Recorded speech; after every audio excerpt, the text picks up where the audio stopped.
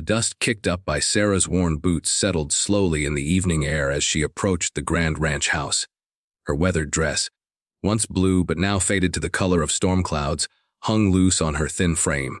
She clutched a small bundle of her few possessions against her chest, her calloused hands trembling not from the cool October breeze, but from the uncertainty that gnawed at her empty stomach.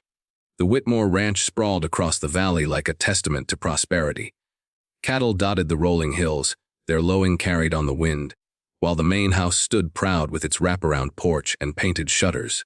Sarah had walked 3 days to reach this place, following rumors whispered in the last town that old Samuel Whitmore might have work for a woman willing to earn her keep through honest labor.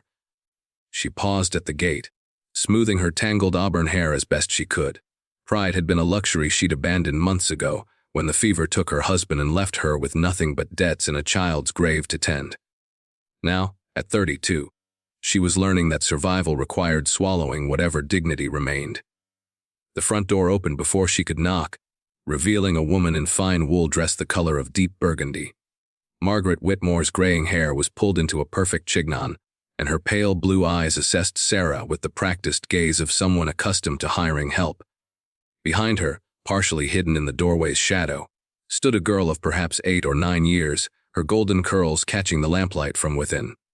"You'll be the woman from town?" Margaret said, her voice carrying the crisp authority of the educated wealthy. "My husband mentioned you might come by. Something about needing work and lodging." Sarah's throat felt like sandpaper, but she forced herself to speak. "Yes, ma'am. I can cook, clean 10 gardens, help with livestock. I don't eat much, and I'd be grateful for just a corner to sleep, and whatever scraps might be left from meals." The little girl stepped forward slightly, her wide brown eyes studying Sarah's face with an intensity that seemed far beyond her years. There was something in that gaze that made Sarah's chest tighten with a familiar ache, a reminder of the daughter she'd buried alongside her husband when the sickness came. "What's your name?" Margaret asked, though her tone suggested this was more interrogation than conversation. "Sarah McKinnon, Mom. I was married to Thomas McKinnon, had a spread about 60 miles south of here before the fever and the debts." She didn't elaborate on the losses, couldn't bear to speak of little Emma's final days or the way creditors had swarmed like vultures. Margaret nodded curtly. "I'll be frank with you, Sarah McKinnon. This ranch runs like clockwork and I won't have disruption. You'll wake before dawn, work until sunset, and expect no charity beyond what you earn. The pay is $2 a week plus board and a place in the servants' quarters behind the kitchen." $2 was less than Sarah had hoped, but it was better than the nothing she currently possessed. She was about to accept when the little girl spoke for the first time. "Are you hungry?" The child's voice was soft but clear, carrying a concern that seemed to surprise even her mother. Sarah looked down at the girl, fighting back tears that threatened to spill.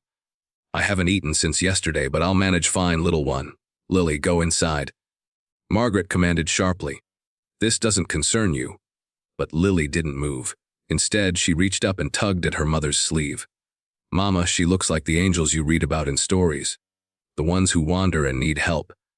Margaret's expression softened slightly at her daughter's words, though she quickly recovered her composure. "Lily has an active imagination," she explained to Sarah as if apologizing for some transgression. "Very well, you may stay. There's a room behind the kitchen with its own entrance. Maria will show you where things are and explain your duties." As if summoned by her name, a middle-aged Mexican woman appeared from deeper in the house, her dark eyes kind and welcoming in a way that Margaret's were not. Maria's gentle smile was the first genuine warmth Sarah had encountered in weeks. "Come," Maria said in accented English. "I'll show you to your room and find you something to eat. You look like you could use both." As Sarah followed Maria around the side of the house, she heard Lily's voice drifting through the evening air, asking her mother in that earnest way children have, why did her eyes look so sad? "Mama." The servants' quarters were sparse but clean, with a narrow bed, a washstand, and a small window that looked out toward the stables. Maria returned quickly with a plate of roast beef, potatoes, and green beans, along with a cup of coffee so hot and rich that Sarah nearly wept at the first sip. "Mrs. Whitmore. She is not unkind," Maria said carefully as Sarah ate. "But she protects her family like a mother wolf. Mr. Whitmore, he is gentler, but busy with ranch business. It is little Lily who has the biggest heart in this house." Sarah nodded, understanding the unspoken warning. She would need to prove herself worthy of the trust being extended, earn her place through work and reliability rather than charm or sympathy. The next morning, Sarah rose before dawn and found Maria already in the kitchen, kneading dough for the day's bread. The Mexican woman taught her the family's routines, their preferences, and the intricate dance of maintaining a household that served not just the family, but the dozen ranch hands who worked the vast property. Sarah threw herself into the work with desperate determination. She scrubbed floors until her knees bled, tended the vegetable garden with the careful attention of someone who understood the value of every growing thing, and learned to cook meals that satisfied hardworking men while stretching every ingredient to its maximum potential. But it was the moments with Lily that began to heal something broken inside her.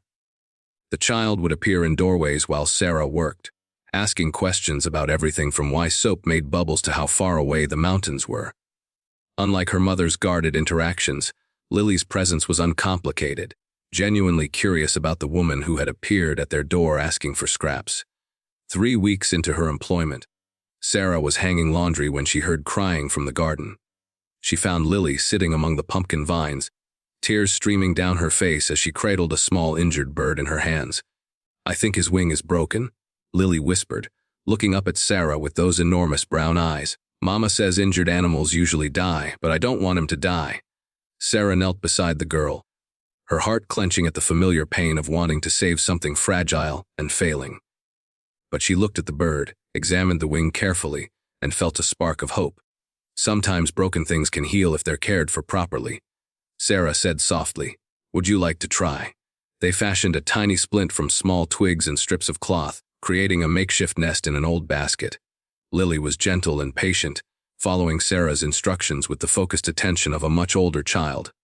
As they worked, Sarah found herself sharing stories of the animals she'd helped on her own farm, the way creatures could recover from injuries that seemed impossible if given time and proper care. "You know so much about helping things," Lily said as they settled the bird in its new home. "Did you have animals before you came here?" Sarah's throat tightened. "I had a farm with my husband. We raised chickens and had a milk cow, 2 horses. We grew corn and vegetables." She paused, then added quietly, "I had a little girl too. She would have loved helping with this bird." Lily looked up at her with sudden understanding beyond her years. "Is she in heaven with the angels?" "Yes," Sarah whispered. "Yes, she is." To her surprise, Lily reached out and took her hand, her small fingers warm and comforting. "I'm sorry your little girl had to go to heaven, but maybe she's helping watch over our bird now." Margaret's voice cut through the moment like a blade. "Lily, what are you doing out there?" The girl jumped up, suddenly remembering herself. "Mama, we found an injured bird and Sarah is helping me fix his wing." Margaret appeared at the garden gate, her expression unreadable as she took in the scene.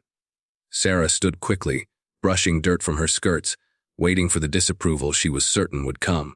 "I hope you haven't neglected your duties to play with pets," Margaret said coolly. "No, Mom," Sarah replied. "All the washing is hung, dinner preparations are begun, and the floors in the parlor and dining room have been cleaned." Margaret's eyes flickered with something that might have been surprise, then narrowed slightly. "Lily, you shouldn't impose on Sarah's time. She has work to do." "She wasn't imposing," Sarah said before she could stop herself. "I enjoy helping when I can." For a moment, mother and servant woman regarded each other across the garden. Margaret's expression was unreadable, but something in her posture suggested she was reassessing the situation. "Very well," Margaret said finally, "but I won't have you teaching my daughter to expect charity for every injured creature she encounters. The world is harsh, and she needs to understand that." As Margaret turned to leave, Sarah heard her mutter under her breath, "Lord knows she's sensitive enough already."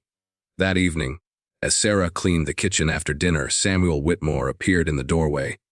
He was a tall man in his 40s, with graying hair and kind eyes that reminded Sarah of her late husband's gentle nature.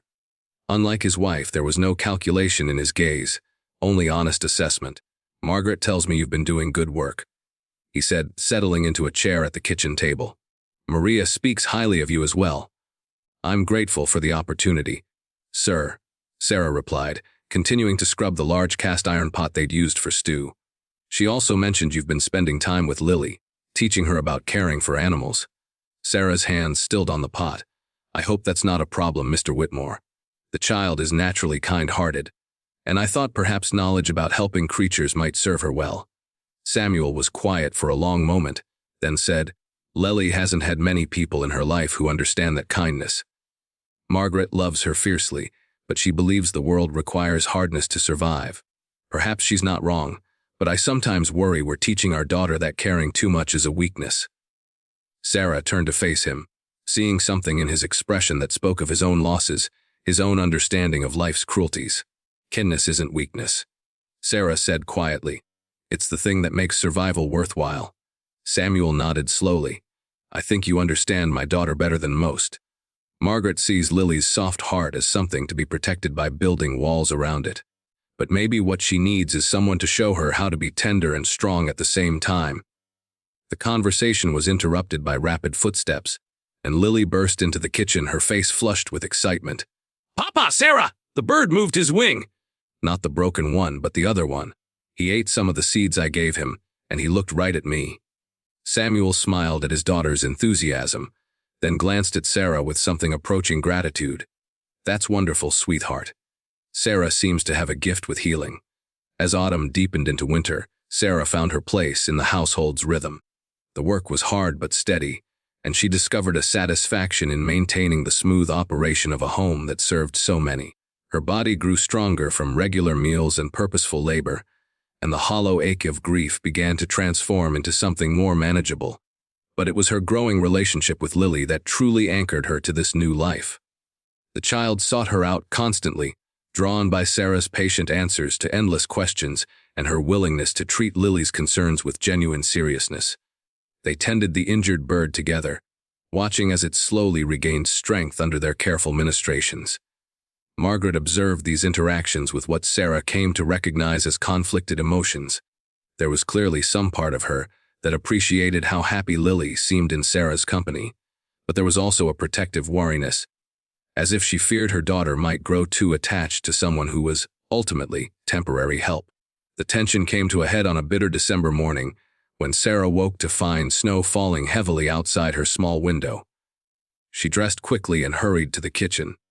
Knowing the weather would mean extra work keeping the house warm and ensuring the ranch hands were properly fed. She found Lily already in the kitchen, still in her nightgown, crying softly as she peered into the bird's basket. What's wrong, sweetheart? Sarah asked, immediately kneeling beside the girl. He won't eat, Lily whispered. Yesterday he was flying a little bit in the basket, and I thought he was getting better, but this morning he just lies there. Sarah examined the small creature and felt her heart sink. The bird's eyes were dim, its breathing shallow. Sometimes, despite all care and hope, healing simply wasn't possible. Lily, she said gently, I think our little friend is very tired.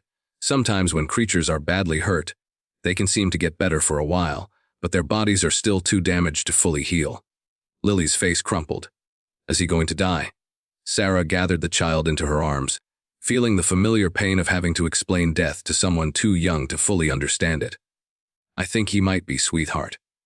But that doesn't mean we failed. We gave him warmth and care and kindness when he needed it most.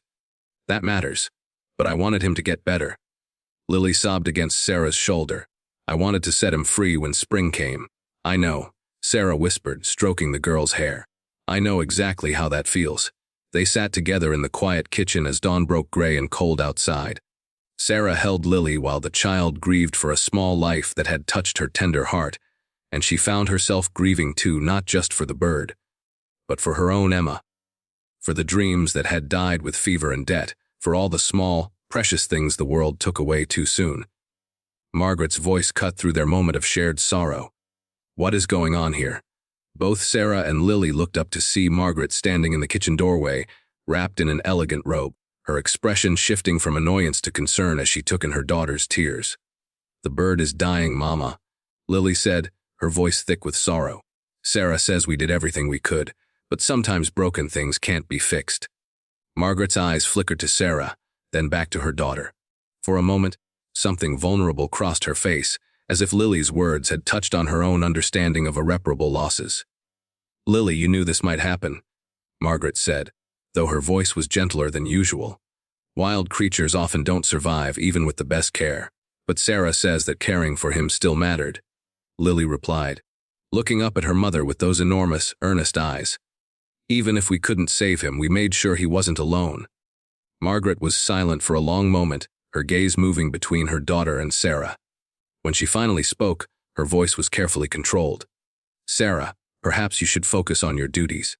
Lily needs to learn that becoming too attached to temporary things leads to unnecessary pain." The criticism stung, but Sarah understood the fear beneath it. Margaret was trying to protect her daughter from the kind of devastating loss that Sarah herself had experienced, but she also knew that shielding Lily from all caring would ultimately cause more harm than good. "With respect, ma'am," Sarah said quietly. "Learning to care despite the risk of loss is what makes us human. The alternative is becoming so guarded that we never truly live at all." Margaret's expression hardened. "You forget yourself. You're here to work, not to philosophize about my daughter's upbringing." The rebuke was sharp enough to send Sarah back to her duties, but she noticed that Margaret made no move to separate Lily from the dying bird. Instead, she watched from the doorway as her daughter said goodbye to the small creature, whispering promises about remembering him and thanking him for letting them help. The bird died that afternoon, and they buried it in the garden beneath the pumpkin vines where Lily had first found it. Samuel joined them for the small ceremony, and even Margaret appeared at the kitchen window, though she didn't come outside. That evening, as Sarah prepared dinner, Lily appeared at her elbow with red-rimmed eyes but a calmer demeanor. "Sarah," she said softly, "thank you for helping me take care of the bird. Even though he died, I'm glad we tried." Sarah knelt down to the child's level, smoothing a wayward curl from her forehead. "You have the kindest heart, Lily. Don't let anyone convince you that's a flaw. Mama says being too soft makes you weak. Your mama loves you and wants to protect you," Sarah said carefully. "But I think being soft and being strong aren't opposite things. The strongest people I've known have been the ones brave enough to keep caring even after they've been hurt." Lily considered this with the serious attention she gave to all important matters. "Were you brave when your little girl died?" The question hit Sarah like a physical blow, unexpected in its directness. She sat back on her heels, struggling to find words that would be honest without being too heavy for a child to carry. "I tried to be," she said finally. "Some days I was braver than others. But having loved her, even knowing I would lose her, was the most important thing I ever did." "What was her name?" She would have been about your age now." Lily nodded solemnly, then surprised Sarah by wrapping her small arms around her neck in a fierce hug. "I'm sorry Emma had to go to heaven before you were ready." Sarah held the child close, feeling tears she'd been holding back for months finally beginning to fall. "Thank you, sweetheart. That means more than you know." When Margaret called Lily for dinner, the girl reluctantly pulled away from Sarah's embrace. But before she left, she looked back with an expression of startling maturity. "Sarah, I think Emma would be happy that you're taking care of me now." The words followed Sarah through the rest of the evening as she cleaned up after dinner and prepared for another early morning. She found herself thinking about the strange paths that led people to each other, the way loss could create space for new kinds of love to grow. Christmas approached with the peculiar mixture of joy and melancholy that the season brings to those who have known profound loss. The Whitmore house was decorated with holly and pine boughs, and the scent of baking filled the air as Maria and Sarah prepared elaborate meals for the holiday celebrations. Lily threw herself into the festivities with the passionate enthusiasm of childhood, but Sarah noticed that the girl often sought her out during the preparations, as if needing the steady presence of someone who understood that happiness and sadness could exist in the same space. On Christmas Eve, as Sarah was finishing the last of the baking, she found a small wrapped package on her narrow bed. Inside was a handkerchief embroidered with tiny wildflowers, clearly the work of small, careful hands. The accompanying note, written in Lily's careful script, read, "For Sarah, who helps fix broken things. Love, Lily." Sarah held the gift against her chest, overwhelmed by the generosity of a child who barely understood how much she had given in return. Christmas morning brought a light snowfall and the chaos of gift opening in the main house. Sarah was busy in the kitchen, preparing the elaborate feast that would serve both family and ranch hands, when Lily appeared in the doorway still wearing her nightgown and clutching a new doll. "Sarah, "Look what Papa gave me," she exclaimed, holding up the beautiful porcelain-faced doll dressed in blue velvet. "Her name is Rose." "She's beautiful," Sarah said, genuinely admiring the craftsmanship. You must take very good care of her? I will, Lily promised solemnly, then hesitated. Sarah, do you think Emma would have liked dolls? The question so innocently asked brought a rush of memory so vivid that Sarah had to grip the edge of the table to steady herself. Emma had treasured a simple corn husk doll that Sarah had made for her, carrying it everywhere and insisting it needed its own place at the dinner table. Yes, Sarah said softly. She loved dolls very much. Lily studied her face with that unnervingly perceptive gaze, then made a decision that would echo through all their lives. Then Rose can be for both of us, she declared. Emma can help me take care of her from heaven, and you can help me take care of her here. Before Sarah could respond, Margaret appeared in the kitchen doorway. How long she had been standing there, Sarah couldn't tell, but her expression was unreadable as she took in the scene. Lily, you need to get dressed, Margaret said quietly. We'll be leaving for church soon. Yes, Mama, Lily replied, but she didn't move immediately. Instead, she looked between her mother and Sarah with the calculating expression of a child working out complex adult dynamics. Mama, she said carefully, why doesn't Sarah come to church with us? Margaret's composure flickered almost imperceptibly. Sarah has work to do, and besides, she's not family. But she takes care of us like family. Lily persisted with the relentless logic of childhood. And Papa says church is for everyone who wants to belong. Lily, that's enough, Margaret said sharply. Go get dressed. Now, as the child reluctantly left the kitchen, Margaret lingered, her gaze fixed on Sarah with an intensity that was difficult to interpret. My daughter has become very attached to you, she said finally. Yes, Mom, I'm fond of her as well. Attachments can be dangerous things, Margaret continued, especially for a child who feels things as deeply as Lily does. Sarah set down the wooden spoon she'd been using to stir the gravy, understanding that this conversation was about more than holiday preparations. Mrs. Whitmore, I would never do anything to hurt Lily. She's a remarkable child, and I'm honored that she trusts me. That's exactly what concerns me, Margaret replied. Trust is easily given and easily broken. Lily has already lost too much in her short life. The words hung in the air between them, heavy with implication. Sarah realized that Margaret's protectiveness came from her own experience of loss, her own understanding of how fragile the things we love can be. What did she lose? Sarah asked gently. Margaret was quiet for so long that Sarah thought she wouldn't answer. When she finally spoke, her voice was carefully controlled but edged with old pain. She had a brother. Twin brother born just minutes after her. We lost him when they were 3 years old. Fever. Like so many children, Lily was devastated in a way that seemed impossible for such a young child. She stopped eating, stopped speaking for weeks. The doctor said some twins feel the loss more acutely than others, as if half of themselves has been torn away. Sarah's heart clenched with understanding. No wonder Margaret was so protective, so fearful of allowing her daughter to become attached to temporary presences in their lives. She's recovered. Obviously, Margaret continued, but she's never quite been the same. That's why I'm concerned about her growing so close to you. When you eventually move on to other work, other opportunities, she'll experience another loss. I'm not certain she could bear it, Mrs. Whitmore, Sarah said quietly. I have no intention of leaving unless you dismiss me. This is the first place I've felt truly useful since my own losses. If Lily's happiness is part of that, then I'm grateful for it. Margaret studied her for a long moment, as if trying to assess the truthfulness of her words. Life has a way of changing our intentions. People leave. Sarah, they always leave one way or another. The conversation was interrupted by the return of Lily, now dressed in her finest Christmas dress, her golden curls tied with red ribbons. She bounced into the kitchen with the irrepressible energy of childhood, seemingly oblivious to the tension between the adults. Are you sure you can't come to church with us, Sarah? She asked hopefully. I could ask Papa to let you borrow one of Mama's dresses. Lily, Margaret exclaimed, clearly scandalized by the suggestion. But Sarah saw something in the child's earnest face that made her throat tight with emotion. That's very kind of you, sweetheart, but I have plenty to do here. You go and sing the Christmas songs for me, and tell me all about them when you get back. After the family left for church, Sarah found herself alone in the big house for the first time since her arrival. She wandered through the rooms she cleaned daily, seeing them differently without the bustle of daily life. Family portraits lined the mantel in the parlor, and she found herself studying a photograph of Lily as a toddler, standing next to a boy who was clearly her twin. The resemblance was striking, But where Lily's expression was open and curious, the boys had a quiet intensity that seemed to look right through the camera. Understanding Margaret's fears more clearly now, Sarah returned to the kitchen with a heavy heart.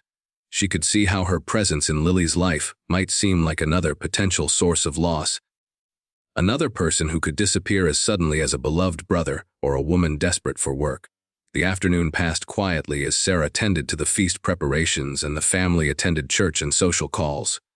When they returned, rosy, cheeked from the cold and full of Christmas spirit, Lily immediately sought Sarah out to share every detail of the service, the music, and the conversations she'd overheard among the adults. Mrs. Henderson asked Mama why you didn't come with us. Lily reported with the matter, a fact tone children use when repeating adult conversations they don't fully understand. Mama said you weren't family, but Mrs. Henderson said that sometimes the people we choose become more family than the ones we're born with. Sarah glanced toward Margaret, who was removing her winter coat with deliberate care, her expression unreadable. Mrs. Henderson has interesting opinions, Margaret said neutrally. I think she's right. Lily declared with the absolute certainty of childhood. Sarah feels like family to me. The simple statement hung in the air, and Sarah saw Margaret's composure crack slightly before she quickly recovered. Lily, go wash your hands, Margaret instructed. Dinner will be ready soon. As the child skipped away, Margaret approached Sarah at the stove where she was checking the roasted goose. I need to ask you something, Margaret said quietly, and I need you to be completely honest. Of course. Are you planning to stay? Really stay?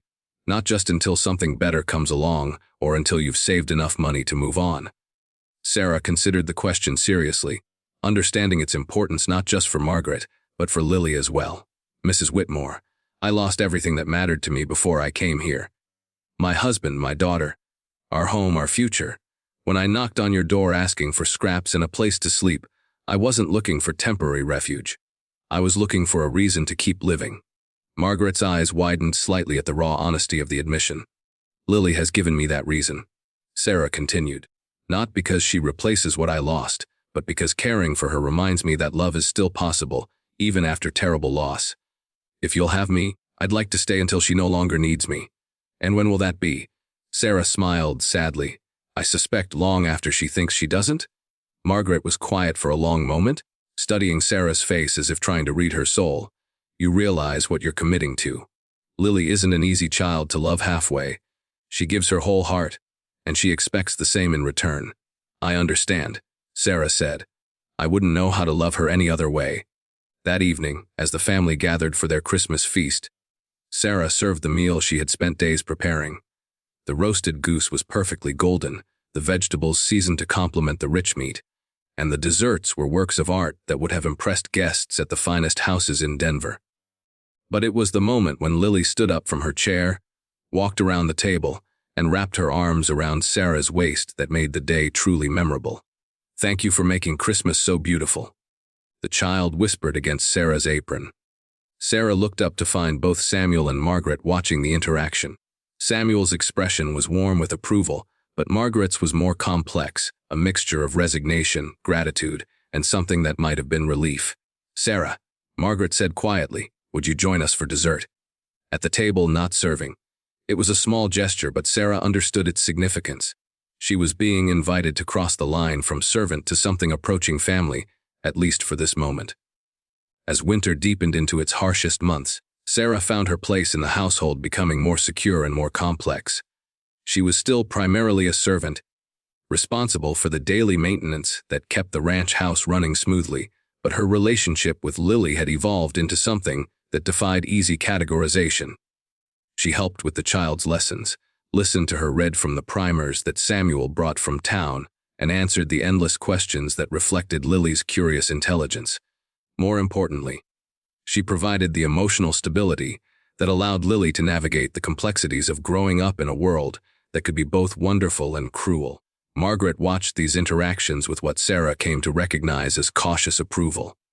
The protective wariness never fully disappeared, but it was tempered by the undeniable evidence that Lily was thriving under Sarah's care and attention.